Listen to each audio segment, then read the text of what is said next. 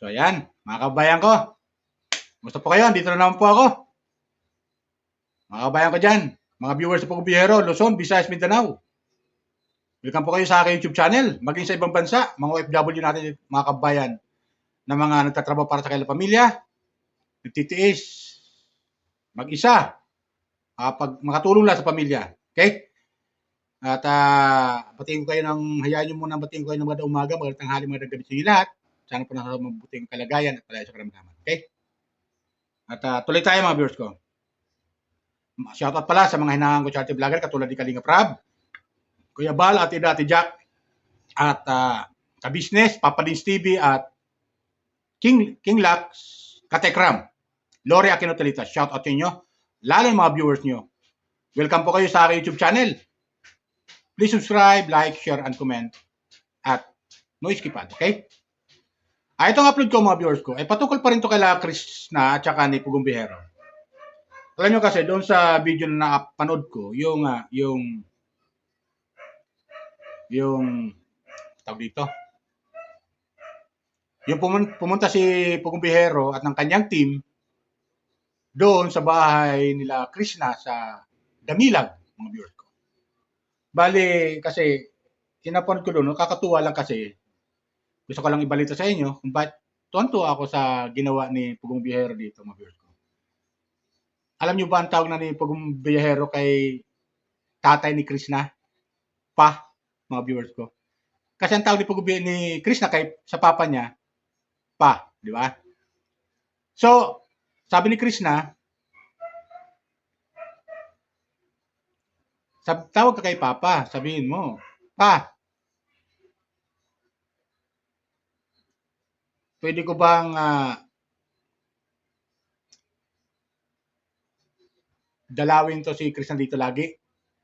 Hindi na, sa ano yung mga viewers ko, yung pabiro lang yon, yung sinabi ni Kuan. Sa totoo lang, hindi na kailangan, para sa akin mga viewers ko, hindi na masabi natin dalawin. Biruan lang nila. Ang nakakatuwa kasi doon, yung biruan. At yung tatay ni Krishna mga viewers ko, sumasakay din sa biro.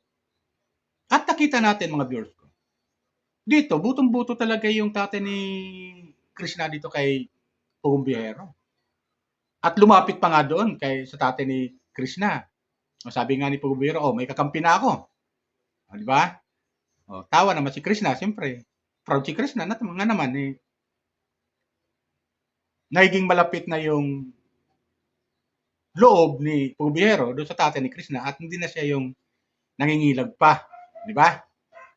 So, sinasanay niya na yung sarili niya, mga viewers ko. Sinasanay niya na maging bahagi siya ng pamilya ni Krishna. Di ba ganun yung mga viewers ko? At gano'n naman si Krishna Sa nakita natin sa pamilya ni Pugong Bihero, ay tanggap na rin nila na maging bahagi ng pamilya ni Pugong Bihero si Krishna. At nakita nyo naman sa mga unang upload nila kung gaano suportahan si Pugong Bihero ng pamilya ni Pugong Bihero. Pumunta doon sa lola, di ba? Yun nga, yung naghatid sila ng regalo. Yung tawag dito, yung nagbigay sila ng refrigerator, speaker, at saka yung TV, di ba? Pinalitan niya yung TV ng lola niya. Doon pa lang, mga viewers ko, yung suporta ng pamilya ni Pugong Bihero, masasabi natin na tanggap si Krishna sa pamilya Pugong Bihero. Di ba? Pamilya ni Pugong Bihero. At mapapakinggan naman natin yung comment doon ni Nanay Nids, di ba?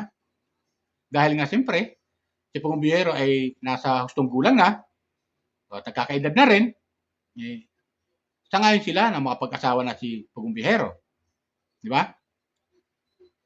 At nakita nga ni Pugong Bihero yung kanyang gusto niyang mapangasawa.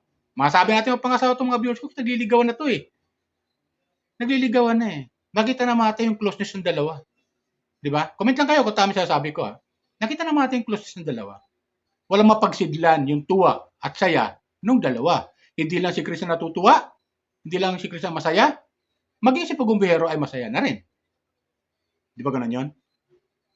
Kaya, yung nakita natin na yung nagbabalot sila ng saging doon mula sa negosyo nila, kasi ang hanap buhay ng pamilya ni Krishna ay yung mamimili na saging at ibibenta sa bayan. Di ba? Ibibenta sa bayan at yun, siyempre, kahit paano, may konting kita sila roon. May income sila para na rin sa pang-araw-araw na pangangailangan. Di ba ganun yun? Plus, si Krishna nakakatulong na rin. At sa kanyang pagiging vlogger, so malaking na rin yung initutulong ni Krishna sa pamilya. At masabi natin na unti-unti nang nababago yung buhay ng pamilya ni Krishna. Di ba ganun yun? Mas lalo siguro, mga viewers, masabi natin, mas lalo siguro mababago ang buhay ng pamilya ni Krishna kung ito ay maging sila ni Pugong Biyahero balang araw. Di ba? Yun lang naman ang hinintay natin, mga viewers ko. Alam ko naman, nasabik na kayo na sa sa kailan dalawa na alam naman natin na doon naman tayo umaasa na maging sila talaga. Hanggat di pa sila nakakasal, mga viewers ko, mahirap magkuampa, mahirap mag-speculate. Tama ba? Sa salitang speculate. Di ba? Mag-expect kung tawagin. Bagamat sila, siyempre, nadasadaan pa rin nasa stage pa rin sila ng ligawan. Pero pag sila nakasal na, mga viewers ko, masabi natin sila na nga. Lalong-lalong mas maganda kung nagagawan nga ni Pugong Biyahero, yung mga beneficiary niya, tinutulungan niya, napapagawa niya ng pabahay. Napapagawa niya ng bahay. Katulad nila Mylene, at yung iba pa na mga katutubo. How much more na hindi ipagawa ni Pugong Biyahero yung pamilya ni Krishna ng bahay. Nakita niyo na yung bahay nila Krishna, di ba? Pero siyempre, pag-iipon ni Pugong Biyahero, hindi yan basta-basta kagad papagawa. Mag-iipon siya eh. Alam niyo naman, yung pagpapagawa niya ng pabahay, ay masabi natin talagang minsan, yung iba kasi, merong sa sponsor galing, di ba? Tapos dinadagdagan niya. Di ba ganun yun? Hati. Ibig sabihin, kung ang pabahay niya ay nagkakahalaga kasi, kita mo naman yung paggawa ng pabahay, di basta-basta eh.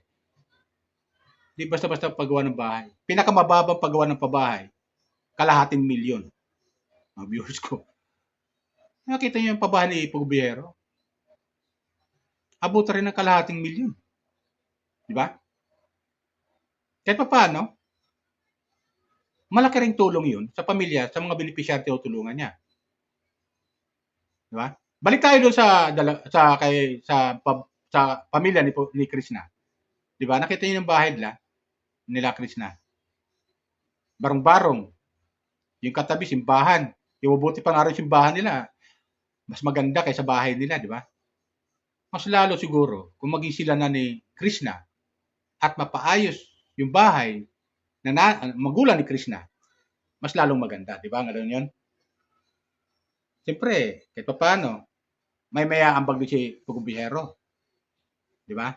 Kung magpapagawa si Krishna ng bahay, para sa kanila, siyempre, kahit pa paano, sa tulong ni Pugong Biyahero, alam naman, pabayaan nila yung kanyang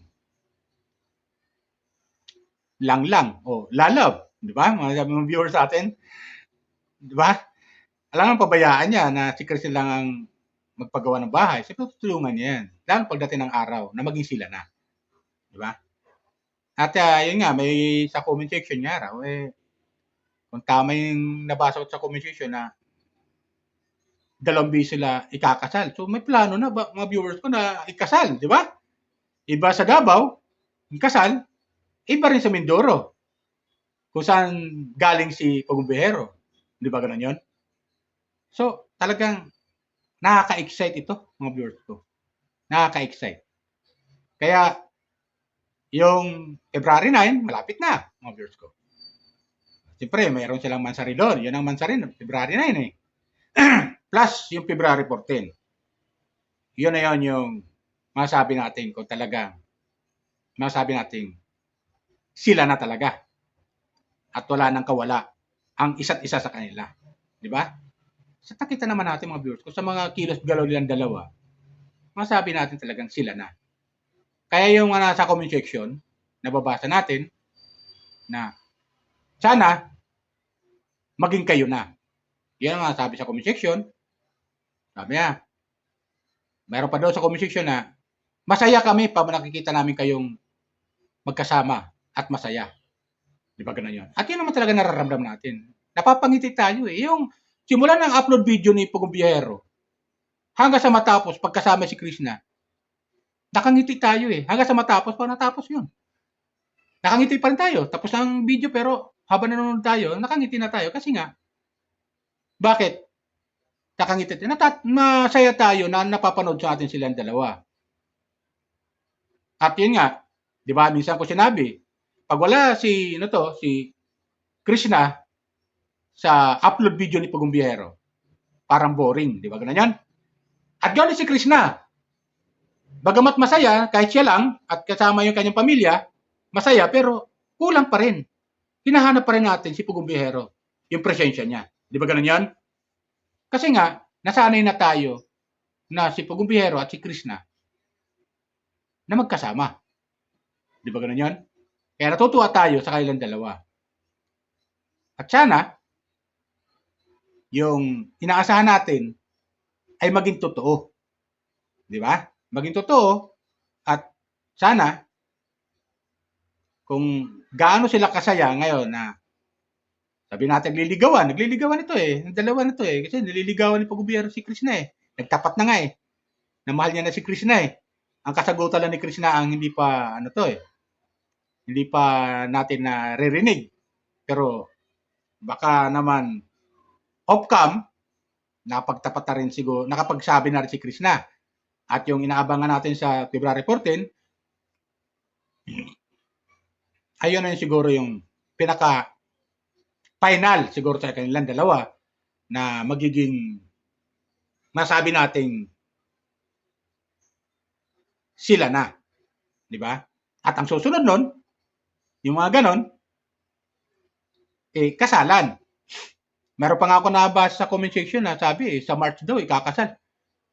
Pagkakaalam ko, yun ang sabi ata ng nanay narinig ko, yung nanay ni Pugong Biyahero kasi kakakasal lang ni Onji TV last year pa naman yung kasal na yon. Tapos ngayon, another years na, 2006 na eh. Di ba? 2005, kinasal si Onji TV. So, 2006, ibang taon na yon. Kung totoo man yun, March, na ikakasal sila, iba yung maganda. Di ba? Nasta paaga. At talagang excited na tayo doon, mapanood sila. Na makita natin na humaharap sila sa dambana ng altar ng ating Panginoon. Di ba ganun yan, mga viewers ko? Di ba? At yung dalawa nga, di sinasabi, yung dalawa ay maging isa. Di ba ganun yun? Kaya excited tayo. Abangan natin yung mga susunod ng mga episode na gagawin nila. Kaya marami doon sa comment section na talagang ni-expect talaga nila na hanggat maaari, wag na sila maghiwalay. Wag na sila maghiwalay. Yung ibig sabihin, sila na talaga. At si Krishna na nga yung babae para kay Pugong Biyahero at si Pugong Biyahero ang lalaki para kay Krishna. So, di ba? Para maging isa na sila. At nakita naman natin kung gaano kasaya si Krishna. Di ba? Masaya si Krishna ngayon. Makita niyo yung ngiti niya, grabe. Talagang walang mapagsidlan yung tuwa at saya. Gawin si Pugong Biyahero. Walang mapagsidlan yung ligayang nararamdaman niya. Lalo-lalo pag nag-uusap silang dalawa. Yung kulitan, di ba? Kulitan nandun eh. Yung nakaka-con sa kanila nakaka-attract sa kanila sa ating mga viewers, yung nakaka-attract yung kulitan lang dalawa na para bang walang katapusan yung kaligayahan na nadarama nila sa isa't isa. Di ba ganun yan, mga viewers ko? Kaya, kaabang-abang talaga yung February 9 at saka yung February 14. Kaya abangan natin. Share sa akin, mga viewers ko. Nakakatuwa lang yung aking napanood na yon na yung nagdala sila ng saging mula sa paninda nila Krishna kasi yan ang hanap buhay ng kanyang nanay, yung mamili ng saging na tapos ibibenta sa bayan. Di ba? Siyempre, mas mahal na nga na yun. Pag sa bayan mo na ibininta, sa merkado na, mahal na yun. Kahit paano, tubo-tubo sila ng konti. Di ba? Kapag pinagpatuloy pa yun, marami na sa kailan mag-o-order ng saging mula sa bayan. Di ba ganun yun? At supply lang sila ng saging doon. Panagkataon. Di ba? Sa tulong na rin ni Pugong Biyahero, dahil maraming kontak si Pugong Biyahero ng mga negosyante rin, kahit paano, nakakakilala sa kanya, siyempre, maaaring lumago yung kailang maliit na negosyo. Di ba ganun yan? Kita naman natin sa gobyerno, negosyante. At masabi nating successful na negosyante sa gobyerno. Bukod sa charity vlogger na, negosyante pa. O, saan pa si Chris na doon? Kaya marami nagsasabi doon sa comment section para si Chris na para tumama sa loto eh. Pag si gobyerno na naging napangasawa niya, siyempre papunta yan. Pag nagligawan kayo, papunta yan. Saan papunta yan? Sa pag-aasawa. O, pag naging sila na nga, talagang masabi natin, successful yung dalawa. Hindi lang si Pugong maging si Chris na. Okay? Ilan po mga viewers ko? Sana gusto yung aking reaction, comment patungkol sa Chris Pao. Tuloy lang natin suporta sa Chris Pao. Okay? Tuloy lang natin at huwag tayong susuko hanggang sa maging sila. Subaybayan lang natin mga viewers ko. Talagang yung mga susunod mga upload video nila patungkol sa kailang dalawa. Sa kailang dalawa bilang di na sana masabing love team eh. Bilang nagmamahalan. Di ba ganun yun? Abangan lang natin. Okay? Ilan pa? Shoutout pala ulit kay Pugong Biyahero at saka yung team. Ingat kayo lagi sa inyong mapagmimission dyan sa Davao. At gawin din sa hinangan ko sa ilang mga charity vlogger na hinangan ko tuloy Kalinga Prab. Sa yung team, shoutout sa inyo. Kalinga Partner. Mga Kalinga Partner. Kuya Bal, Ate Jack. Di ba? At kay Katekram, Kabisnes, Papa Dins TV, King Lax, Lori Aquino Talita, shout out sa inyo, sa mga viewers ni Katekram. Welcome po kayo sa aking YouTube channel, kay Lori Aquino Talita. Welcome po kayo sa aking YouTube channel. Please subscribe, like, share, and comment. Okay? At no skip ad. Yan lang po. Pinutin niyo lang yung notification bell para update kayo sa mga aking comment, reaction sa video patungkol sa mga hinahangan ko charity vlogger. Hindi lang po si Pugong Biyahero ang aking kinokomentoryan dito. Maging yung ibang charity vlogger, katuloy Kalinga Prab. Yan, Miss Ivana Alawi. Nagko-comment ako dyan mga viewers ko. Nagko-comment ako. Kuya Bal, Ate Jack. Yan. Nagko-comment ako, lalo kay Ate Jack, yung kay anak nila ni Kalinga Prab, si Bibi Rabay. Tuwan-tuwa ako sa Bibi na yan. Shout out sa iyo, Bibi Rabay. So, shout out Kalinga Prab at Ate Jack. Okay? Yan lang po. Bye. Ingat po tayo lagi. Pagpalain po tayo ng may kapal.